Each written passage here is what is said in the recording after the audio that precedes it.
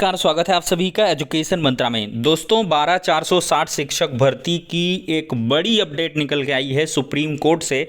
और दोस्तों 12,460 शिक्षक भर्ती प्रक्रिया पर रोक लगा दी गई है। जी हाँ दोस्तों, इस बात को पूरी तरीके से समझिएगा, सुनिएगा। और इसकी जानकारी मैंने आपको पहले ही दे दी थी। ये होता है अनुभव कि आखिरकार बघेल साहब इतने तेज प्रोसेस को क्यों कंडक्ट कराना चाहते थे।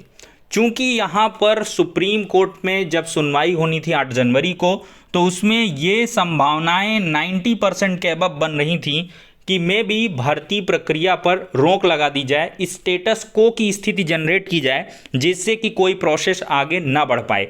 तो ठीक वही हुआ है जिसका डर था, लेकिन डर के आगे जीत है। पहले ही पूरा काम कंप्लीट करवा दिया गया है और आपके जो नियुक्ति पत्र हैं वो 7 तारीख की डेट पर वितरित किए जा चुके हैं। अब जितने भी जिलों के नियुक्ति पत्र होंगे वो भी वितरित होंगे, चूंकि वो बैक डेट से हैं। वो 7 तारीख के अपॉइंटमेंट लेटर आपको मिल जाएंगे और स्थिति यथास्थिति बनाई गई है। यथास्थिति का मतलब आप समझिए क्या होता है इसका मतलब। देखिए, स्टेटस को का मतलब ये होता है जो जहां पर है वहीं पर रुका रहेगा, आगे नहीं बढ़ेगा। 2 पक्ष होते हैं, एक होता है वादी पक्ष, एक होता है प्रतिवादी पक्ष।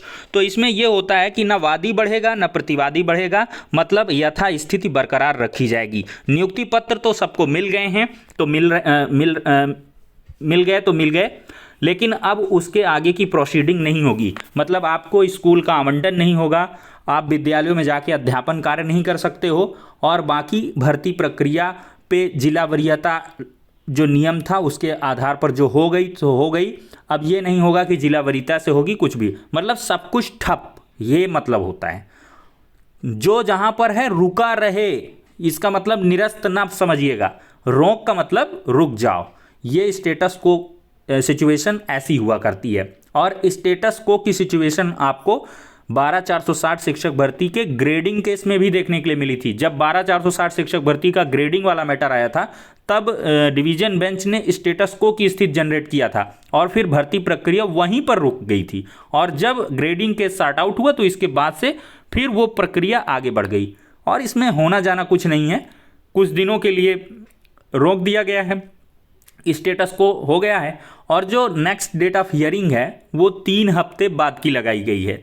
3 हफ्ते बाद सरकार को जवाब देना होगा और वादी प्रतिवादी पक्ष सब कुछ अपना डॉक्यूमेंट्स लेके आएंगे, बहस करेंगे, फाइनलाइज होगा केस और इसके बाद से मामला रफा दफा हो जाएगा, फाइनल हो जाएगा। तो ये पूरा जो अपडेट है आप सभी को प्रोवाइड किया गया। दोस्तों ज़्यादा घबराने की आवश्यकता नहीं है, परेशान ना हो। भर्ती प्रक्रिया ना आपकी निरस्त हो रही है, ना आपके नियुक्ति पत्र वापस हो रहे हैं, सब कुछ वैसा ही है। बस थोड़ी सी फॉर्मेलिटीज़ हैं जो सुप्रीम कोर्ट से पूरी हो जानी है और फिर आप लोगों को वैसे आगे बढ़ा दिया जाएगा। इसमें कोई भी टेंशन वाली समस्या वाली बात नहीं है। और इसकी इन्फॉर्मेशन आपको मैंने कल ही वीडियो में दे दी थी कि सुप्रीम कोर्ट में मैटर लगा हुआ है और वहाँ क्या हो सकता है। सरकार को नोटिस इशू हो सकती है और स्टेटस को लगाया जा सकता है, क्योंकि जब बड़े मैटर, हौच पौच वाले मैटर सुप्रीम कोर्ट पहुँचते हैं तो स्टेटस को लगा दिया जाता है, इस वजह से कि कहीं जाने अनजाने में कोई गलती ना हो जाए। यानी कि हम न्याय देने में चूँकि देर लगती है, सभी को सुनना पड़ता है और फिर इसी के बिहाफ पर ही फाइनल डिसीजन हो पाता है, लेकिन फाइनल डिसीजन के पहले कुछ पूरा काम ही हो जाए, तो इस वजह से थोड़ा सा यथास्थिति बरकरार रखने के आदेश पारित हुए हैं। जैसे ही ऑफिशियल कॉपी आ जाएगी आप सभी को हम प्रोवाइड कर देंगे।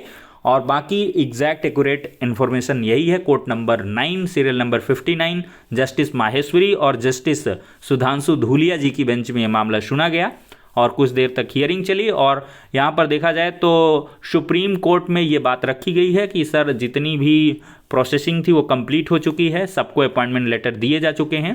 अब इस प्रोसेस को आगे न रोका जाए, तो उस पर सुप्रीम कोर्ट ने, अब भाई जो जिला वरीयता को प्रोटेक्ट कर रहे हैं तो वो चाहते हैं कि जिला वरीयता लागू करके इस भर्ती प्रक्रिया को आगे बढ़ाया जाए, भर्ती प्रक्रिया को रोका जाए। तो इस वजह से जज साहब ने स्टे नहीं लगाया है, इसमें स्टेटस को जनरेट किया है। स्टेटस को का मतलब यही होता है यथास्थिति बनी रहेगी, लेकिन अपरोक्ष रूप से वो रोक ही कही जाएगी। तो ठीक है दोस्तों, इस वीडियो में इतना ही, नेक्स्ट में मिलते हैं।